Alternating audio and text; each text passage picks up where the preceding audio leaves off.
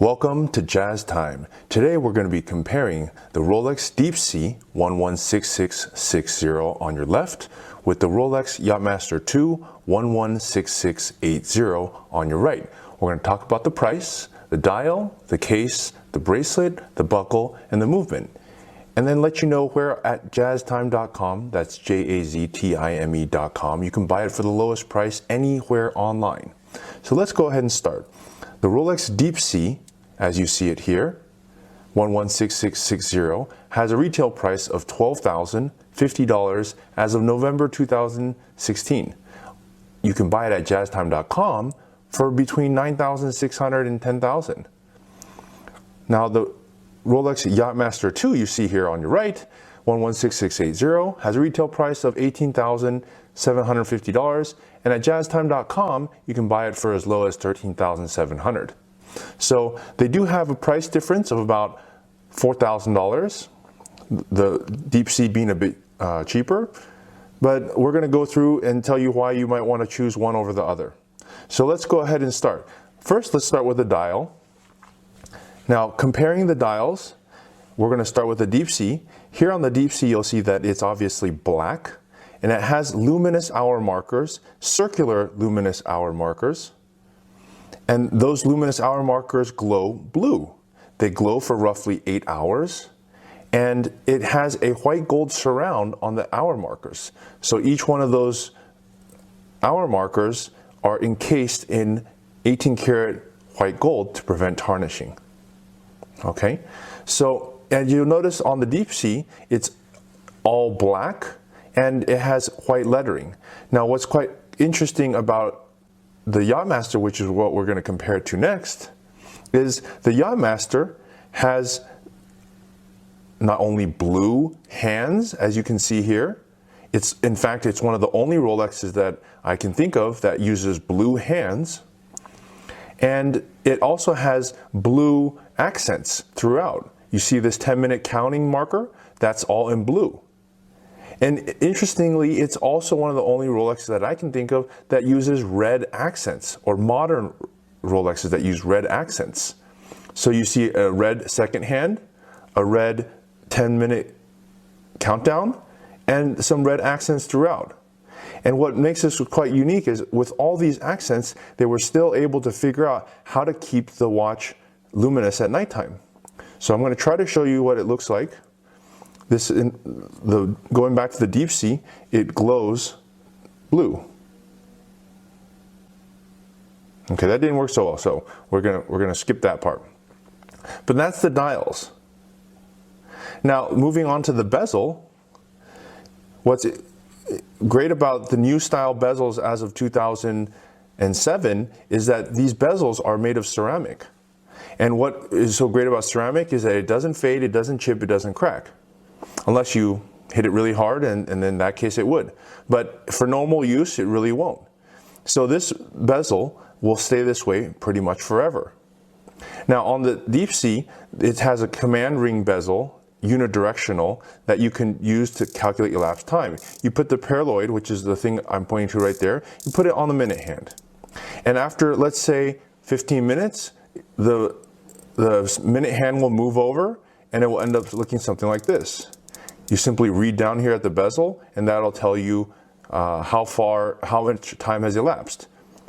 And that bezel, in contrast with this Yacht-Master II, the Yacht-Master II, the bezel obviously is in blue, but what is quite interesting is that it has a 10-minute command ring.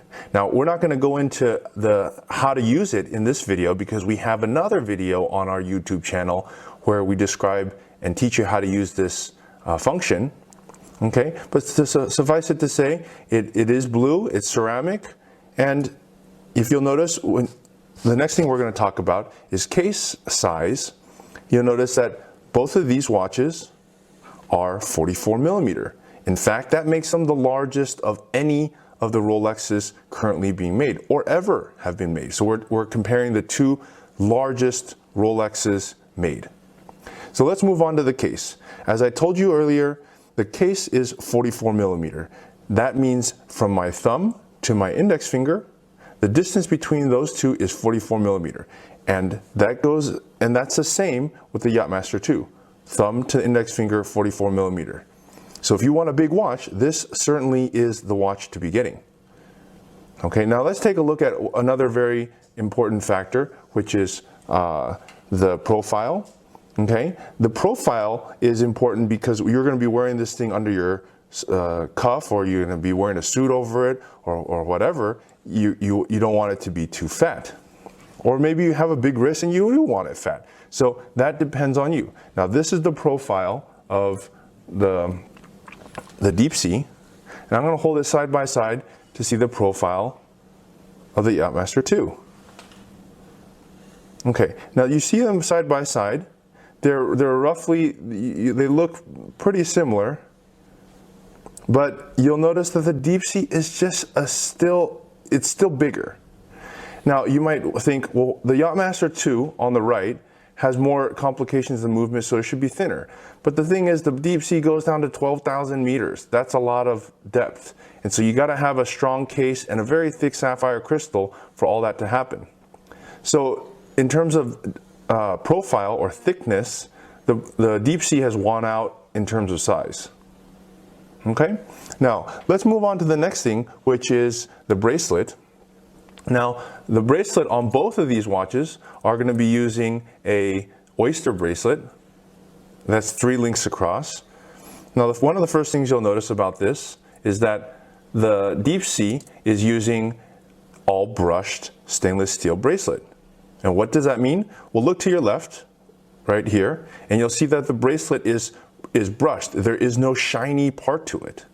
And that's because this is meant to be worn in diving conditions and sporting conditions. It's a very rugged watch. Now on your right, which is also a rugged watch and was actually made for those who are going to be sailing, but it has a polish down the center. And that's, as you can see, right there. That makes it more obvious. You can see that on the outside here is brushed, just like the Deepsea, and the center is polished. Okay, so they're actually both the same size. In terms of the bracelet, I believe it's 20 millimeters from lug to lug. That means from here to here. And it's the same on the Yacht-Master, 20 millimeters.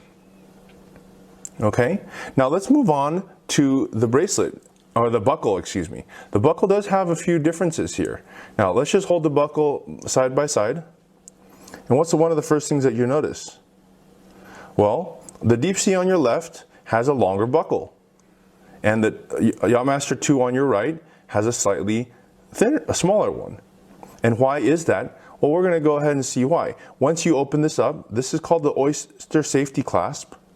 Popping it open like this.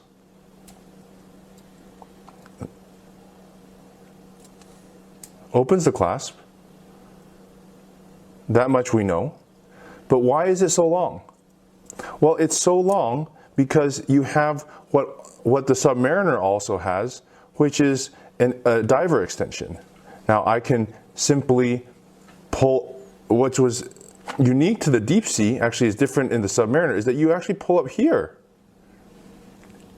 And then you see how you can slide it out, you make it longer, or you can push it back in to make it shorter.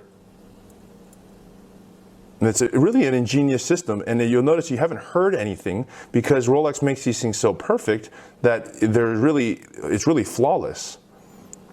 I can click that back down, pull it in place, and boom, the watch is locked in place. Now, why might you want to have this? Well, sometimes, what if you're wearing a big, thick wetsuit and you need to have the watch fit over the wetsuit? Or your wrist, expands when it's hot or cold. Okay, now let's compare that to the Yacht-Master II, which you see here. And the Yacht-Master II is going to have also the oyster safety clasp. And this is how you pop it open. Okay. It's also going to have the same style. However, in the back it's going to have an easy 5 millimeter extension. Now to use that, I'm going to pop it out like you heard, push it this way, And that's going to make it 5 millimeters smaller, for example, when it's really, really cold. Pop it out, and then it looks like that. So let's take a look at those things side by side.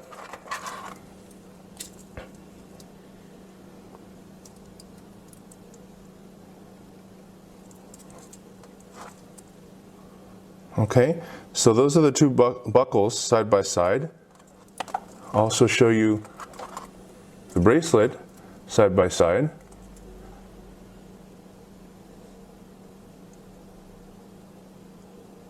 Okay, so you can kind of see.